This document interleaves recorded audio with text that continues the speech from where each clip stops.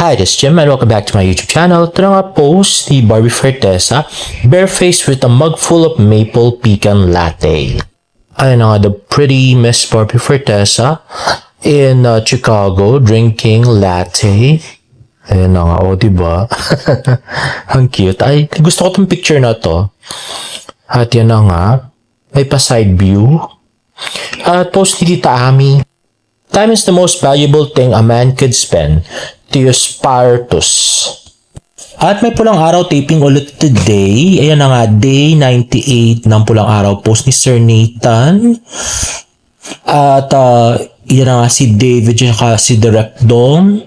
And David and the other soldiers na Japanese. At pulang araw, November taping with super cute double ni Adelina. So yun na yung ka-double ni Barbie. At next ay Monday grind, pulang araw. At yan na nga si David Licauco, picture ni Sir Nathan. Ay na, cute pa rin. At yan na nga si J. Ortega at si David. At ito naman, picture ulit ni Sir Nathan, J. Ortega and David Licauco walking. At ito naman post Tita Eden, Reset Sunday. At yan na nga si Jimin at saka si Mr. Park. Ayan, si Jimin at Jean. At si David at si Jimin. At si Tito Jack, at si Jimin, at si Tita Eden. At next naman ay post ni, or tweet ni Press Progressive, the future parents, shoutout lang po, BF, GF po muna. Daddy David and Mommy Barbie, Tito David and Tita Barbie. It's nice, it's niece and nephew day to day. Swerte naman ni Jimin and Lucian. Hashtag Barda. At sabi naman, or tweet naman ni Say It All, look David Licauco, parang mother and daughter ang peg nila. Hawig talaga ng mom mo si Barbie Fortesa. At next ay tweet ng Barda Solid Fans. Ayan, thank you Angel for Barda Official sa pakain at ganda ng effort ha. Ganda rin ni Barbie. Sobra sana. Nagkita na kayo ng mahal mo. Dami food ha. Love Barbie. Ayun na nga. May pa food court at may video yan guys. Let's watch this. Unfortunately wala pa siyang audio guys. So hindi dyan nilagyan ng audio. So siguro next yung pag-upload nila ng audio niyan. So let's wait and see. So bagong dating si Barbie at dumiretso na agad sa taping ng pulang araw. The pretty Miss Barbie Fortesa. So sana lang talaga may audio at sana sinama si David, no? Sayang. Sinay Fatima lang nandyan. At saka si Miss Barbie Fortesa. At next naman ay post ng Kuya Korea at ni David Licauco. Sabi, join David and Kuya Korea for sulit sarap and satisfying meals. Visit Kuya Korea in UP Town Center, SM Clark and Cubao. See you. Ayan na nga na very cute Mr. David Licauco. At buti na lang hindi na APT yung kanyang background music. Anyway, yan na nga. So, kumakain sa kanyang resto with bingsu and stuff. Ayan. So, next naman ay post ng Mighty Clean. Naghahanap ka ba ng panregalo ngayong Pasko? I-check out mo na ang aming limited edition Christmas bundle with exclusive Christmas gift box. Perfect na regalo ang home essentials like Mighty Clean powder detergent. May gamit talaga. Ayan na nga guys. So merong bundle at may gift idea. Ay may gift siya inside.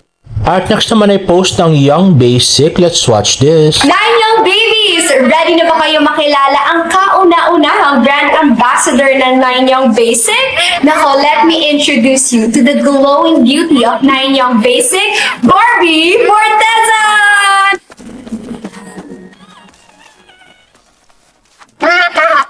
Nako, abangan nyo siya sa ating mga live and of course events. Kaya stay updated and glowing with 9 Young Basic. In fairness, ang pretty nga ni Barbie doon. Kaya lang medyo halata yung eye bag niya, no? Especially dito. Para daw umiyak. Anyway, next naman ay post ng Sparkle Jamie Artist Center.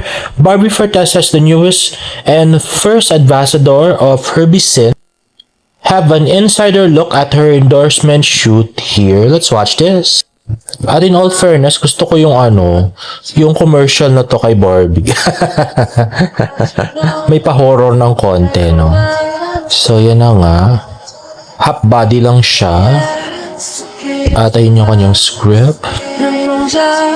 Ayun na si Miss Barbie Fortesa. At unfortunately, wala kang audio. Ayan na nga, may Herbicin IPI. Ay, same din pala sila ng company ng Epicacent Oil. So isa lang pala ng company pinagtrabahuan si Barbie tsaka si David. Charot.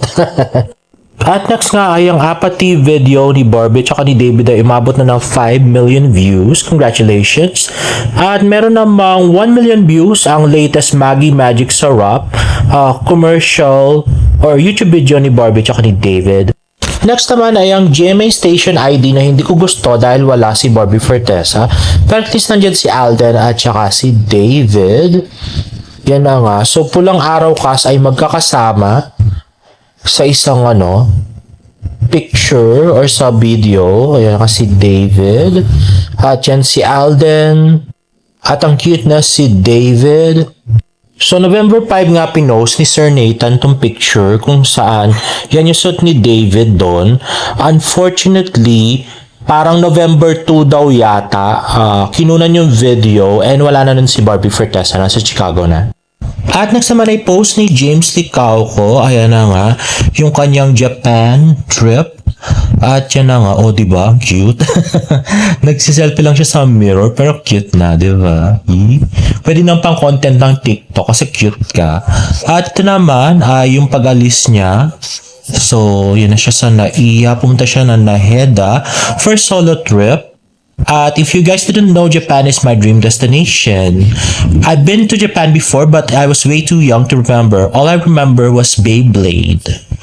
Now I'm finally going to Japan. Love it or hate it, charge it to the experience.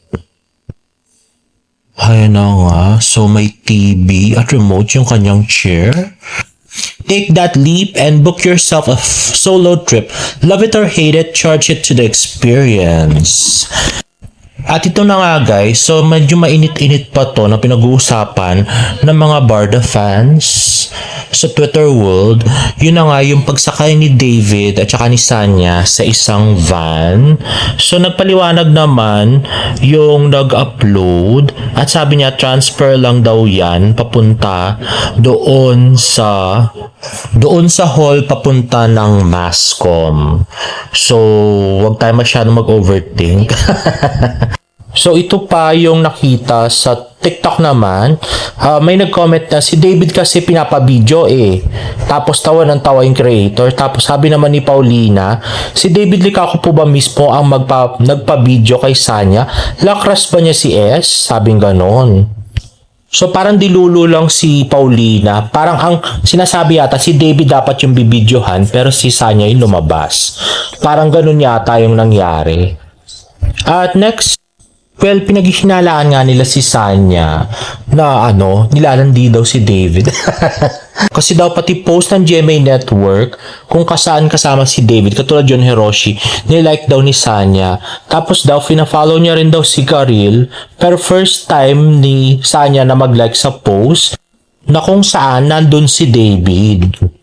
So, another fan now napansin ng mga fans ay yung nanay ni Sanya, si Marlene Roberto. Yan yung account siya sa IG. Bakit daw si David Licauco tsaka si Sanya Lopez lang daw yung celebrity na fina-follow niya? Lahat naman daw ng kaibigan ni Sanya kilala niya na celebrity. So, bakit si David pa daw? At ito nga ay bukod sa mga bali-balita na si David ay nag-hide ng likes ng kanyang Instagram, ang balita ay para daw malike yung lahat ng mga post ni Sanya, ganon. So hinala nung iba, break na nga daw si David at saka yung si Asungot. Si Asungot 'di ba naka private pa yung or naka-deactivate pa yung account niya. So hinala nila dahil alam nga ni Sanya na break na si David at saka si Asungot, eh baka nilalandi niya na raw si David. Kasi win-win nga naman pag nakuha niya si David, hindi na nga threat si David kay Barbie at saka kay Jack, diba? Baby, pakibasa nga. Pero ako on myself, I think hindi naman papatulan ni David si Sanya. Hindi niya to type. At saka sabi niya rin dati ay hindi siya mahilig sa babaeng nagbibigay ng motibo sa lalaki. So, hopefully ganun pa rin si David. Anyway, pinapaalam ko lang naman sa inyo kung ano yung mga nangyayari sa Twitter. At saka iniisip ng ibang Barda fans with regards to David and Sanya.